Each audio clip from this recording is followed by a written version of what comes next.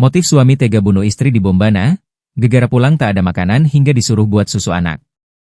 Kepolisian Resor atau Polres Bombana mengungkap motif pembunuhan sadis yang dialami seorang ibu rumah tangga. Insiden ini menimpa korban J di Desa Rompu-Rompu, Kecamatan Poleng Utara, Kabupaten Bombana, Provinsi Sulawesi Tenggara, Sultra, Selasa, 30 September 2025. Jarak lokasi kejadian ke Polres Bombana dapat ditempuh 54 menit dengan jarak 45 km. Sementara pelaku berinisial S, suami korban, dibekuk tim gabungan Resmo Polda Sultra dan jajaran Polres Bombana, Sabtu, 4 Oktober 2025. Kepala Satuan Reserse Kriminal atau Kasatreskrim Polres Bombana, Ibtu Yuda Febri Widanarko, mengatakan pembunuhan sadis ini dipicu cekcok rumah tangga.